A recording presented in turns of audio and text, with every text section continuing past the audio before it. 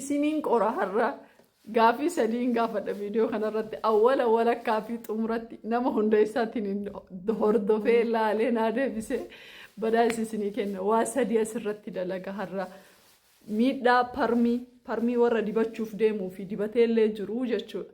Ammallee qalimaa fi menshii mataa dibatanirraa haasofne viidiyoon kun waa'ee kanaa haasa. Kanaaf isin anilleen hanga beekutti hanga rabbina laaffisetti googil godhee obboleeyyan kiyya waan isin miidhu akka isin ittiin miidhamneef waan isin fayyadummoo akka isin fayyadamtanii irraa fayyadamtaniifin bakka tana rabbiin na kaa'e. So isinilleen viidiyoon kun nama hedduu bira akka ga'u laayik godhaatee eegala. Itti aansee immoo liinkii yuutuubaan as jala kaa'u sabskiraayib godha addaallee waalal khayri kafaayilihi namoota hedduu bira haa ga'u jechuudha. So kanaaf viidiyoo daqiiqaa 10 kanuma dhaggeeffadha hanga xumuratti irraa fayyadama obboleeyyan keessan ka qalama dibachuuf sallafee mana kosmoo dhaabbatu hundatti hima waan harkaa qabnu dhabneeti waan biraan barbaannu hedduun nama fuula isaa magaala addeeffadha jedhee addeeffatee eegasii ka addeeffate sun ciccitee magaala ofiisa barbaachaaf maallaqa guddaa baasaa jira. Hedduun namaa rifeensi isaa jajjaba illaaffifadha jedhee laaffifatee laaffifanni isaa suni booda rakkini guddaa rifeensa isaatti uumamee eegasii jajjabaa kiyyanaa deebisa warri jedhu hedduutu jira. Seenaan akkasii osoo nun dhaqqabiniin duratti akkuma jirutti haala uumamaatiin mataa keenya akkamii akka qabachuu dandeenyu irraa argattu itti dhihaadhaa dhugaa isiniif himaa isin immoo irraa naa fayyadamaa itti dhihaadha. Parmii warra dibatuuf deeman pirootiina mataa jettanii jechuudha. Ammallee warra qalama dibachuuf gaafilee hedduu keessaan na gaafattaniif har'a viidiyoon kun isiniif laayik godhaatii namoota hedduu bira haa ga'uuti. Warroota galaafataman akkamiin mataa keessan sarvaayiv akka godhattan isinii hima. Warra galaafatamin immoo infoormeeshina gahaa ta'e waa'ee kanarratti hangan qoradhee argettillee isinii himuu deema. Viidiyoo kana laayik godhaa eegala namoota hedduu bira haa ga'uuti. Akkasumallee liinkii yuutuubaan as jala kaa'uu kana sabskiraayib naa godha khayrii teessaniif jecha jechuudha. Ana qofa osoo hin ta'in ofii keessaniif jecha viidiyooleen achirratti gadhiifamu viidiyoolee amantaa fi waa'ee amantaatiin wal qabatu hedduu isaati waan ta'eef irraa fayyadamtanii sabskiraayib godha. Har'a gara dhaamsa kiyyaatti haa taru. Qalama akka shari'aa muslimatti qalama gurraacha yoo hin ta'in qalamoota biraa rifeensa mataa dibachuun homaa rakkoo hin qabu. Hagan kitaaba keessatti qara'etti illee dhoorgaan hin jiru. Laakiin qalamni gurraachi immoo dhoorgaa qaba.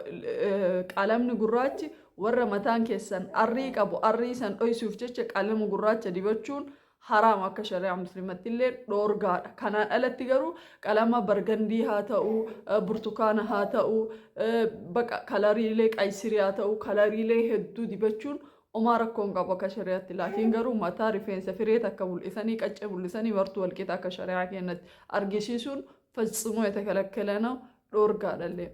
Ammallee warra rifeensi keessan filaan hin seennee fi filachuun isinii hedduu fitnaa nama kaahu waan lallaaffisu fayyadamuun homaa rakkoo qaba jedhee yaadu. Laakiin garuu har'a wanni naan isinii himuu deemu qalama rifeensaa meenshiidhaan baxabaxamu wal qabate. Qalamni rifeensaa meenshiin jechuu kan isin meenshiin baxabaxanii dibattan meenshii malee sijjammar namaan qabatu qalamni rifeensaa jechuudha. Ani nama mana rifeensaa qabu. Ka dhugaa dubbatu intala akka turuutiyyatti amanu jira Adaamaa keessatti qallaalillee dalaydu waan hundaa. Even anis dubartiidha waan ta'eef yeroo tokko dhaqee wantoonni ani isii biraa fayyadamuun jira jechuudha. Maaliif dubartoota gataanetti of miidhaysuun of qaqqabuun homaa rakkoo hin qabu akka shari'aatti. So kanaaf isii bira dhaqee yeroo baay'ee ittiin mari'adha. So kanaaf waa'ee qalamii kana nama anatti aanuuf dibuu barbaadee dhaqee ture qalamii fi ammallee parmii jechuudha. Lamaanuu nu dhoorkite haati mana sanii takka haati mana sanii osoo gabayaa nama barbaadu taatee nama gartee ofii isiitii waan wahiitiif irraa fayyadamu kataatu taateeti dibadhaa homaa rakkoo hin qabu nuun jetti silaa gabayaa isiitii mire garuu nuti parmii 1600 namoota biraa bitanii dhaqanii akka hin dibanne gootee nama isiin bakka sanii baasellee argeera. Anilleen dhaqee googil godheetiin ilaaleera. Parmiin mataa keessan guutumaan guututti daameej godha. Hin balleessaa osoo hin ta'in daameej guutumaan guututti mataa keessan biyyatti dabala parmiin. Lammatallee rifeensi sun rifeensa ta'uu hin taa'u. Yoo rabbi rahmata isinii godhee qaccee irraa muraa deemtan malee maaliif parmiin isin dibattan kun humna mataa keessan keessa jiru laafintii waan jedhamu kulli isaa xuuxeetiin gara rifeensa qacceetti fida. Rifeensi sun yeroo saniif lallaafaa ji'a 5 yookiin ji'a 6 yookiin gartee depend ji'a 3 isinii laafuu danda'a. Akka waan tokko samee isinii ta'uu danda'a. Haa ta'u garuu rifeensa keessan daameej godha. Deebi'ee rifeensi sun rifeensa ta'uu hin deemu. Warri parmii fayyadamtanii parmii mataa keessan irra jiru rabbi rahmata isinii haa godhu.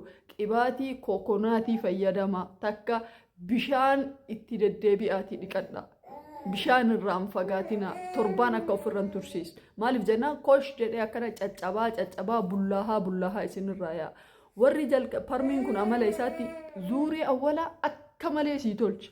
Akka malee ji'a jahaaf mataa faranjii sii gochuu danda'a ji'a jahaaf. Dubbiin ji'a jaha booda mataa kee qiciicaa filaan hin seenne san si hawwisiisa. Wabillaahi al-adiim. Mataa kee qiciicaa filaan keessa cabusan argite isa si hawwisiisa. Kanarra filaa toom jedhamu tokko jira. Filaa san isin mul'isaati kan seeraamik irraa dalagamu kan elektirikaa isaan filadha malee parmii akkana jettanii mataa keessanitti fayyadamina. Warri mataan keessan parmiidhaan isin bade immoo takkaan mataa parmiin daameej ta'e maaliin akka sarvaayiv ta'u kollaajina minaamin maaliin akka deeffattan asumarra dalaga. Lammaffaa qalama. Warroonni qalama dibattan. Awwalan yoo dandeettan qalama hin dibatina. Hinnaa bifa garagaraatiin akka garagaratti qaysiriidhaan maal kanaan malee shaayiidhaan quxxiidhaan baxabbaxaa akkaataa hinnaan itti baxabbaxamu akka hedduutu jira isinii garee. Akka hedduutti hinnaalee kana wal jijjiiraa itti deddeebisaa mataa keessan bifa isaa jijjiiraa malee akkana jettanii qalama akkan dibanne keessaahuu mataan takka meenshiin tuqe achumatti. Yoo rabbi isinii kaasee uf qabuu dadhabdanii rifeensi keessan dheeraa ta'ee jedhe. Naqabadha rifeensi keessan dheeraa ta'ee uf qabuu dadhabdaniitiin filaan absiyyaan takka bar fi olii rifeensa dibachuu barbaadan qaccee rifeensaa dibaa qalama. Qaccee rifeensaa dibaa ni argitanii akkasumatti murtanii irraa dabarsitanii homaa rakkoon qabu rifeensi asirra jiraame asii gadi dibaa kan jiru. Malee asirraa warri dibattan osoo rifeensi kee maalluu caadhaa miti akka fedhe ka jedhu jiraatu taate warra dibatee dhugaa dubbatu gaafadha akka shibootti isin goga rifeensi. Keessaa manshiitti dabalaan maasalaama akka shibootti haga fedhe luucaa haa ta'u mataan kee taayippii rifeensa kamii haa ta'u mataan kee oilii kama fedhe haa ta'u rifeensi kee tuqe taanaa manshiin akka shambaqqootti goga kasham jedhee akkanatti daakkameetiin sirraa dhumata warra qalama mataa dibatee gaafadha. Qalama mataa keessanitti yoo dandeettan hin kaleessina. Yoo immoo isin kaase qaccee rifeensaa dibadhaa malee asirraa hin dibatina takka. Kuni maalidhaa orgaanikiidhaa kabirrii fedhee haa ta'u. UK miti US miti bakka fedhee Jarmanii miti addunyaa tanarraa bakka fedhe yoo barbaade hawaadha haa dhufu.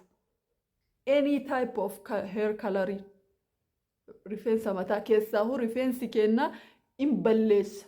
Afroo heerii rifeensi kenna bara afroodhaa miree afrikaadhaa nuti hin balleessa rifeensa afrikaatiif hin ta'u qalamni daameejii isa godha. Taayippii rifeensa kamuu ta'uu danda'a qalaman dibatina. Hinnaalee akkaataa itti baxabbaxan kallattii garagaraatiin ammallee mataan hinnaan diimessuu hin dandeenye jira. Mataa gurraacha hinnaan bakkaan sochoosne jira. Hin bareechisa garuu aduu keessa fa'a minaan nuti ta'an akka wayii shaayin godha. Gindammoo wanni kalarii san hin jijjiiru. Kalarii san aduu keessatti malee akkanatti ofirraa arguu hin dandeettu. So kanaaf rifeensi kama bareedu gurraachummaa isaatiin tursiifadha. Anamma waan qibaatii rifeensa gurraachomsu ni beeka ni dalaga. Ni beekallee. Garuu maal sodaadha namni arriidhaaf wayiin fayyadamaa sodaadha. Hinnaan akka itti arrii namatti hin baasinetti hinnaan gurraacha akka itti baxabbaxantu jira. Arrii miti homa arrii jedhameyyuu karaati baateen bahu. Sigalee akkasii baxabbaxxee akka fayyadamtu taate jechuudha. Haa ta'u garuu hinnaan kun gurraacha waan ta'eef wayiin maasiyaa guuradhaaf laakiin gaafa tokko of eeggannaa waliin arrii uumamaa yookiin waggaa 40 50 30 taatanii arriin isiniif baate warroonni akkasii akka hin fayyadamne jedhee guyyaa takka dalaguuf deemu. Har'a kaayoon kiyya tokko yoo jiraate waan parmii jedhamuuf waan qalama mataa jedhamuufi akkasumallee waan menshii jedhamu mataan kee akka fedhe yoo ka jiraatu taate أكتين كاليسين قباتي متى لافس هدو تجر قباتي متى ديرس هدو تجر أنا قباتي لي أسر الدلقو هنا يجو وبالله العظيم أصو أنما برات إيه سيقالي أنمتي تنما لما تأيه سلا لؤلؤا لما جراتي سلا قباتي كان فيدا مي كان عنجتو تاتي هالكني قويا دابديتنين فيدا مكنياتهم نمني مرتنو كيسان في قلتومي أكنا نور إيريسي إلا فيسا إن ديريسا والكتئيسا متى بتا روغان قمنا روغاتي قولا إني فتناتي مي بالله عليك دلقا مي قوياتك كومنتي رنا بريسا نمو ما فيديو كان حقا تمرا لالو جيتشا غافي تكا تمرا رغافت مي كومنتي رتي wanni kana qabaatii kana gaafa tokko qabaatii fi shaamboo kana gaafa tokko dalaguu laayivii irratti isinii dalaguu laayivii irratti qabaatii kana jechuudha. Isinii dalaguu yookiin miti koomenti irra naa barreessa. Kanaan alatti gaafilee wantoota namni fayyadamuu ta'e kamilleen dibatoota irraa barreessaa jalatti dhufeetiniin isinii deebisaan. Koomentii tiiktaakaan dubbisan kan yuutuubaa garuu hin dubbisa. As jalatti barreessaa. Isiniif fin deebisa warra waan isinin jedhe linkii jala kanaan subscribe viidiyoolee isaan YouTube tanishi dhiifama. Assalaamu alaykum wa rahmatullahi wa barakatuh. Inshallah akkanumatti haga rabbii waan na beeksise takka afaan ingiliffaa kana hanga beekutti waan beeku mara Google godheetiin isinii fida tokko galaafatameef